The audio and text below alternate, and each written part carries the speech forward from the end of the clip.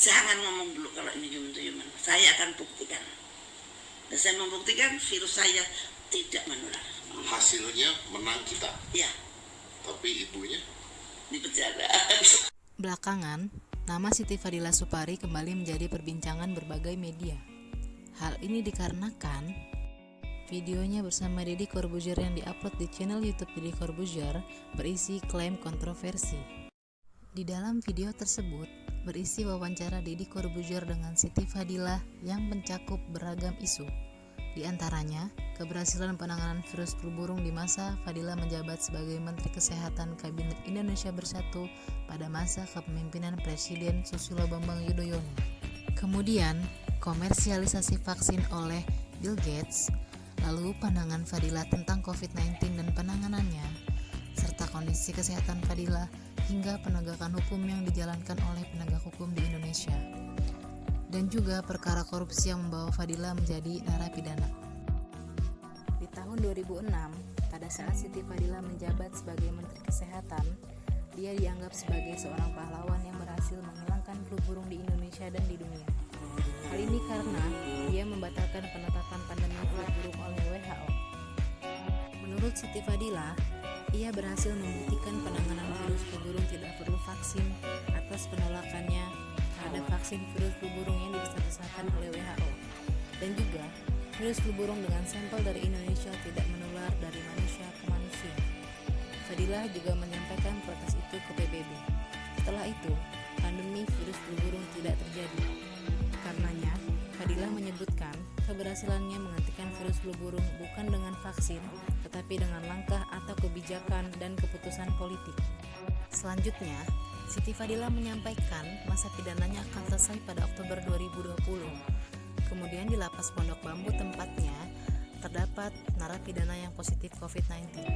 Siti Fadila lantas menyinggung usianya yang sudah beresiko tinggi, mengidap banyak penyakit, serta pembebasan narapidana korupsi seperti Siti Fadila saat pandemi COVID-19 yang terhalang pemberlakuan peraturan pemerintah atau PP nomor 99 tahun 2012 tentang syarat dan tata cara pelaksanaan hak warga binaan permasyarakatan.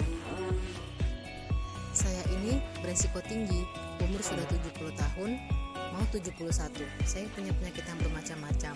Ada asma, ada hipertensi yang terkontrolkan obat-obatan, ada jantung yang iramanya tidak benar. Kok saya tidak dipulangkan? Si mbah-mbah yang bilang saya mbah-mbah padahal dia lebih muda dari saya. Itu semua dipulangkan. Keluh Siti Fadila. Siti Fadila menuding PP nomor 99 tahun 2012 ini berlawanan dengan hak asasi manusia. Berdasarkan PP ini, narapidana perkara luar biasa seperti korupsi, narkoba, dan terorisme tidak mendapatkan remisi sehari pun. Padahal di seluruh dunia, setiap narapidana apapun perkaranya bisa mendapatkan remisi dengan pertimbangan usia, penyakit yang diderita, dan penyebaran COVID-19 di Lapas Pondok Bambu. Dan masa pidana Fadila yang tinggal 4 bulan lagi, menurutnya harusnya dia dibebaskan atau sudah dirumahkan. Dan beralih kepada isu Bill Gates dan bisnis vaksin di dunia. Pertama, Siti Fadila bercerita, dirinya mengamati Bill Gates ketika menjadi pembicara dalam Forum Ekonomi Dunia di Davos, Swiss pada awal tahun silam. Di sana, Bill Gates menjadi pembicara utama, dan dia menggebu-gebu bahwa nanti akan ada pandemi. Anehnya, dia sudah menyiapkan vaksin. Mengapa pandeminya tidak dihentikan? Kenapa harus dibuat vaksin? Tutur Siti Fadila curiga. Kemudian yang kedua, Siti Fadila melanjutkan latar belakang Bill Gates sebagai seorang pengusaha dan pebisnis. Bill Gates tidak mempunyai latar belakang di bidang kesehatan maupun kedokteran. Dia juga bukan dokter, nggak pernah sekolah kedokteran. Mengapa dia dengan begitu fasihnya bilang bahwa akan ada pandemi? Menurut saya itu tidak masuk akal saja, lanjut Siti Fadila. Ia pun mencermati kinerja gugus tugas yang mempercepat penanganan coronavirus disease 2019 atau COVID-19. Menurutnya, peran Menkes tak terlihat di dalam gugus tugas COVID-19. Siti Fadila pun mempertanyakan peran Badan Nasional Penanggulangan Bencana atau BNPB yang sangat dominan. Ini bencana kesehatan, bukan bencana alam, seperti tsunami atau gunung meletus. Yang paling mengerti adalah Menkes, yang menguasai substansi ilmiah maupun politik kesehatan internasional, katanya. Siti Fadila mengatakan, dahulu lembaga yang khusus menangani flu burung adalah Komite Nasional Pengendalian Flu Burung atau avian influenza dan kesiapsiagaan menghadapi pandemi influenza atau Komnas FBPI. Dalam Komnas Flu Burung, walaupun dipimpin Menko Kersa, tapi pemimpin di lapangan sepenuhnya Menkes. Lanjut Siti Fadilah. Negara ini nampaknya tidak full berdaulat. Nyatanya, saya yang rasain sendiri ya, bahwa lembaga hukum kadang-kadang masih dipakai untuk suatu kekuatan tertentu. Bisa untuk mengatur orang yang tidak mau diatur kemudian dicari-cari salahnya. Nggak ada salahnya dibikinin perkara.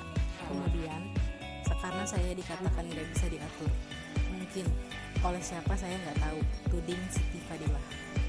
Menurut Siti Fadilah, perkara korupsi yang membawanya menjadi narapidana dikarenakan perlawanannya terhadap WHO. Siti Fadilah mengklaim dia dituduh melakukan korupsi tapi tidak menerima sepeser pun uang hasil korupsi. Saya itu tidak menerima sepeser pun, ya dituduh. Yang 6 miliar itu adalah kerugian negara yang dilakukan oleh eselon 2 saya. Dan eselon 2 saya sudah membayarlah dan dia tidak dihukum. Saya dituduh membantu dia, saya dihukum. Dan itu nggak ada bukti, nggak ada saksi, kilas Siti Fadilah. Deddy Corbuzier menyela pernyataan Siti Fadilah dengan menanyakan ihwal saat di pengadilan.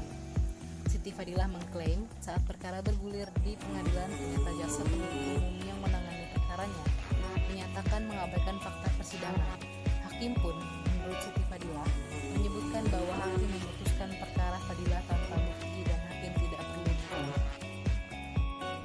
Isu yang terakhir, perlu diketahui wawancara Deddy Corbuzier dengan Siti Fadilah Supari yang masih menjadi warga binaan, yaitu melanggar aturan.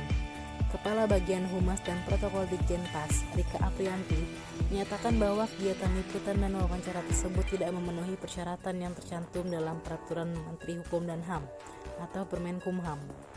Tepatnya pasal 28 ayat 1, peliputan untuk kepentingan penyediaan informasi dan dokumentasi harus mendapat izin secara tertulis dari Ditjenpas. Kemudian, pada pasal 30 ayat 4 dinyatakan bahwa pelaksanaan peliputan harus didampingi oleh pegawai pemasyarakatan dan sesuai dengan prosedur yang ditetapkan. Selanjutnya, pasal 32 ayat 2 menyatakan bahwa wawancara terhadap narapidana hanya dapat dilakukan jika berkaitan dengan pembinaan narapidana. Saya pribadi sangat mengagumi sosok seorang Ibu Siti Fadilah, kecerdasannya, kegigihannya, serta keberaniannya. Semoga semakin banyak orang-orang seperti Ibu Siti Fadilah di negara kita tercinta Indonesia ini.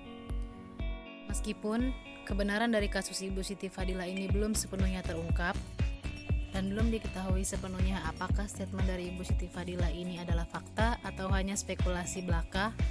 Akan tetapi saya berharap kasus ini terselesaikan dengan baik dan dengan adil seadil-adilnya. Dan terakhir, saya berharap untuk negeri kita tercinta Indonesia ini semoga lekas pulih dari pandemi COVID-19. Sekian dan terima kasih.